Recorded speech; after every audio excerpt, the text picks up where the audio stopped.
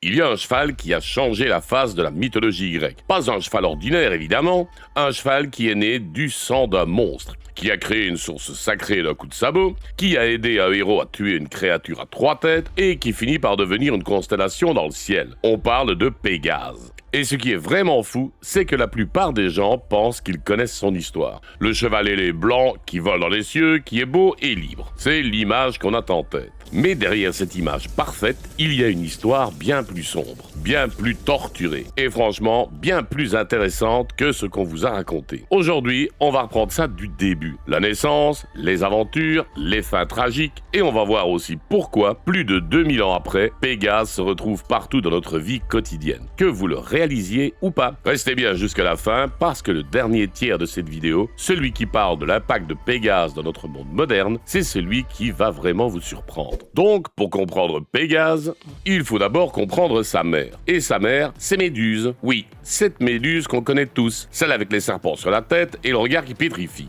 Mais ce que beaucoup de gens oublient, c'est que Méduse n'a pas toujours été un monstre. À l'origine, dans les versions les plus anciennes du mythe, elle était une belle jeune femme avec une chevelure d'or. Le problème, c'est qu'elle s'est retrouvée impliquée dans une histoire avec Poséidon, le dieu de la mer. Et ce qui s'est passé entre eux a eu lieu dans un temple d'Athéna. La déesse Athéna, furieuse, n'a pas puni Poséidon, non, elle a puni Méduse et l'a transformée en monstre. C'est le genre de justice divine qui te fait vraiment reconsidérer les dieux grecs. Alors voilà où Pégase entre dans l'histoire. Poséidon, dieu de la mer, mais aussi dieu des chevaux de la mythologie grecque, a violé Méduse. Et quand le héros Persée vient décapiter Méduse pour accomplir sa quête, en regardant dans son bouclier pour ne pas être pétrifié, quelque chose de vraiment inattendu se passe. Du coup coupé de Méduse, 2 êtres surgissent. Le premier, c'est Chrysaor, un géant armé d'une épée d'or. Et le second, c'est Pégase, un cheval ailé, blanc comme neige, qui sort du sang de sa mère. Naissant adulte, complètement formé, prêt à voler. Imaginez la scène. Persée décapite le monstre, il s'attend à rentrer chez lui avec la tête, et là, un cheval ailé jaillit du cadavre. C'est le genre de coup de théâtre qui te fait réaliser que dans la mythologie grecque, rien ne se passe jamais comme prévu. Et d'ailleurs, si vous voulez en savoir plus sur cette histoire de Persée et de Méduse, vous pouvez aller voir cette vidéo qui s'affiche en haut à droite, dans laquelle je vous raconte toute cette histoire.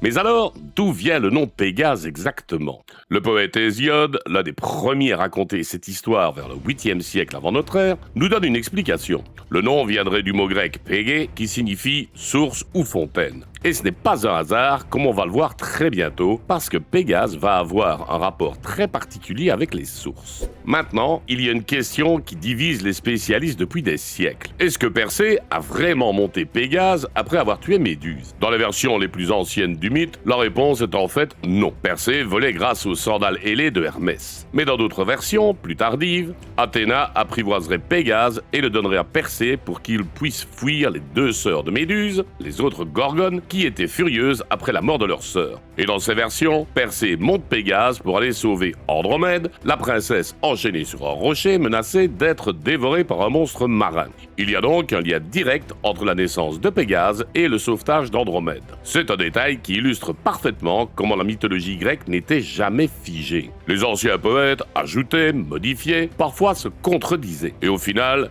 les mythes survivaient justement parce qu'ils se réinventaient. Après la scène avec Persée, Pégase se retrouve sur le mont Hélicon. C'est là que vivent les 9 muses, les déesses de l'art, de la poésie et de la musique. Et ce qui se passe ensuite, c'est l'une des histoires les plus belles de toute la mythologie grecque, même si elle est souvent oubliée. Les muses sont un jour engagées dans un concours de chant contre les Piérides, 9 sœurs qui prétendent être plus talentueuses qu'elles. Le concours a lieu sur le mont Hélicon, et la musique des muses est si extraordinaire, si puissante, que la montagne elle-même commence à gonfler de plaisir. Elle gonfle, au point de presque toucher le ciel. Et si elle touche le ciel, ça va être un problème cosmique sérieux. Alors Poséidon, pour éviter la catastrophe, envoie Pégase. Le cheval ailé frappe la montagne d'un coup de sabot et, dans le même instant, la montagne reprend sa taille normale. Mais le coup de sabot fait jaillir une source sacrée qui sera appelée Hippocrène, ce qui signifie littéralement la source du cheval. Et cette source va devenir, selon la légende, une fontaine d'inspiration pour tous les poètes qui viendront y boire. C'est une image vraiment poétique en soi. Le cheval ailé qui, d'un seul coup de sabot, crée la source même de l'inspiration artistique. C'est pourquoi Pégase est considéré depuis l'Antiquité jusqu'à aujourd'hui comme un symbole de la créativité et de l'imagination. Il n'est pas juste un cheval qui vole, seul, il est celui qui fait naître la poésie. Alors, si cette histoire vous plaît jusqu'ici, abonnez-vous à la chaîne et activez la cloche. Et on continue avec l'une des plus grandes aventures de Pégase. Et franchement, la suite est encore plus intense. Car vient maintenant l'aventure la plus célèbre de Pégase, celle avec Bellérophon. Et c'est celle qui a marqué l'imaginaire collectif à travers les âges. Bellérophon est un héros grec, fils du roi de Corinthe. Et comme beaucoup de héros mythiques, sa vie commence par une injustice. Il se retrouve chez le roi Proétus comme invité. Et la femme du roi, Sténéboïa, tombe amoureuse de lui. Bellérophon refuse ses avances poliment parce qu'il est un bon invité. Mais Sténéboïa, furieuse d'être refusée, va trouver son mari et accuse Bellérophon d'avoir tenté de la séduire. Et c'est exactement le contraire de ce qui s'est passé. Le roi Proétus, qui ne veut pas tuer son invité directement parce que ça violerait les lois de l'hospitalité, envoie Bellérophon chez son beau-père Iobatès, roi de Lycie, avec une lettre scellée. Une lettre qui dit en substance à Iobatès de tuer Bellérophon. Le roi de Lycie lit la lettre et confie alors au héros une mission censée être impossible. Tuer la chimère. La chimère, c'est un monstre d'absolue terreur. Elle a une tête de lion, le corps d'une chèvre et la queue d'un serpent, et elle crache le feu. Elle ravageait toute la région. Et personne, aucun guerrier n'avait réussi à la voir. Parce que, comment voulez-vous combattre un monstre qui crache du feu à pied? Vous vous faites griller avant même d'approcher. C'est là que Pégase entre en jeu. Et comment Bellérophon réussit à l'apprivoiser, c'est vraiment intéressant. Dans la version la plus populaire du mythe, Athéna apparaît à Bellérophon dans un rêve. Elle lui donne une bride d'or, un mors divin, le seul capable de dompter un cheval comme Pégase. Bellérophon se réveille et il part chercher Pégase. Il le trouve en train de s'abreuver à la source Pyrène, près de Corinthe. Avec le mors d'or d'Athéna, il réussit à le calmer, à le brider, à l'apprivoiser. Pour la première fois, Pégase accepte un cavalier. Et ce qui suit, c'est spectaculaire. Bellérophon monte Pégase, il s'élève dans les airs et il fonde sur la chimère depuis le ciel. Le monstre n'a jamais vu ça. Personne ne l'attaque par en haut. Bellérophon lui lance ses traits depuis le dos de Pégase hors de portée du feu et il tue la chimère. C'est l'un des exploits les plus célèbres de toute la mythologie grecque. Mais ce n'est pas fini. Après la victoire contre la chimère, Iobatès lui confie d'autres missions. Bellérophon, toujours sur le dos de Pégase, bat les Amazones en volant au-dessus d'elle, hors de portée de leurs flèches. Il va à les Solymes, les pirates de Carie, victoire après victoire. C'est ici que commence la tragédie. Parce que Bellérophon commence à croire qu'il n'est plus un simple mortel. Tellement de succès, tellement de gloire, il commence à se convaincre que sa place n'est plus parmi les hommes. Sa place, se dit-il à lui-même, c'est parmi les dieux sur le mont Olympe. Il monte donc sur Pégase et commence à monter vers le ciel. Et il monte, et il monte. Et au plus haut point de son ascension, Zeus, le roi des dieux, n'apprécie pas du tout ce manège. Un mortel qui veut atteindre l'Olympe, c'est une insulte directe à l'ordre divin. Alors Zeus envoie un taon, un insecte qui pique Pégase, le cheval ailé se cabre violemment, Bellérophon perd l'équilibre et il chute. Il chute de très haut, et il survit à peine. Mais il ne marche plus, il ne voit plus, il passe le reste de sa vie brisé, aveugle, errant. C'est la fin la plus sombre qui soit pour un héros. Et Pégase, lui, il continue de monter. Il rejoint Zeus sur l'Olympe comme si rien ne s'était passé. Le cheval ne chute pas, le cheval, lui, rejoint le ciel. Une fois sur l'Olympe, Pégase devient le cheval de Zeus en personne. Le roi des dieux lui confie une mission importante, porter les éclairs et le tonnerre. Chaque fois que Zeus veut déchaîner une tempête sur la terre, c'est Pégase qui transporte les foudres célestes. C'est une image qui a marqué profondément la mentalité grecque. Le tonnerre dans le ciel, ce n'est pas juste un phénomène naturel. C'est Pégase qui court dans le firmament avec les éclairs de son maître. Et ce n'est qu'après des années de service loyal envers Zeus que le roi des dieux décide de récompenser Pégase. Il le transforme en constellation. Le cheval ailé monte dans le ciel, pour de vrai cette fois, et il y reste pour l'éternité. La constellation de Pégase est aujourd'hui l'une des plus grandes constellations du ciel nocturne, la 7e par taille. Elle est particulièrement visible en automne dans l'hémisphère nord. Elle est composée d'un grand carré d'étoiles qui représente le corps du cheval avec des lignes supplémentaires pour la tête, le cou et les jambes. Et selon la légende, le jour où Zeus a transformé Pégase en constellation, une seule plume est tombée sur la terre, près de la ville de Tarse, en Turquie actuelle.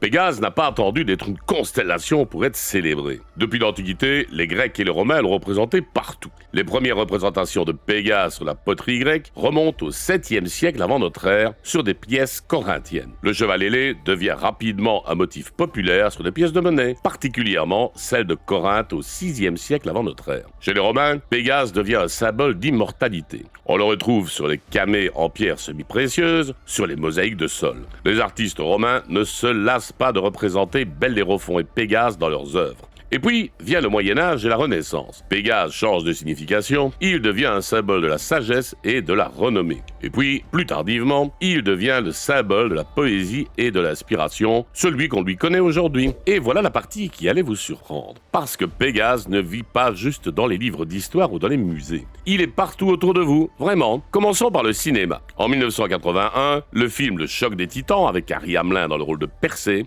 met Pégase au cœur de l'histoire. Dans cette version, Pégase est un cheval blanc magnifique que Persée capture et monte pour accomplir ses quêtes. Puis en 2010, le remake du même film sort avec Sam Worthington. Et cette fois, les cinéastes ont pris une décision audacieuse. Ils ont fait Pégase noir. Un choix qui fait débat parmi les fans, parce que dans la mythologie originale, Pégase est toujours décrit comme blanc. Mais ça montre comment chaque génération réinterprète les mythes à sa manière. Et puis il y a Disney. En 1997, le film animé Hercule sort. Et Disney fait quelque chose d'intéressant. Dans la version mythologique classique, Pégase n'est pas lié à Hercule. Il est lié à Bellérophon. Mais Disney décide de faire de Pégase, le compagnon d'Hercule, un cadeau de Zeus à son fils, et ça fonctionne. Pégase devient un personnage à part entière, avec de la personnalité, avec des réactions, presque comme un chien loyal mais qui vole. C'est un exemple parfait de la façon dont Hollywood prend la liberté avec les mythes pour créer des histoires qui touchent le public. On peut aussi mentionner Fantasia de Disney, où des créatures ailées inspirées de Pégase apparaissent dans le segment Symphonie pastorale, aux côtés de centaures et de licornes. Un univers entièrement féerique où la mythologie grecque devient une vision poétique et musicale. Mais le cinéma, c'est pas tout. Pensez au logo des entreprises TriStar Pictures. C'est l'un des studios de cinéma les plus connus d'Hollywood, celui qui a sorti entre autres Terminator 2. Et son logo, c'est Pégase, un cheval blanc qui prend ses ailes et s'envole. Le fondateur du studio, Victor Kaufman, sa famille aimait les chevaux.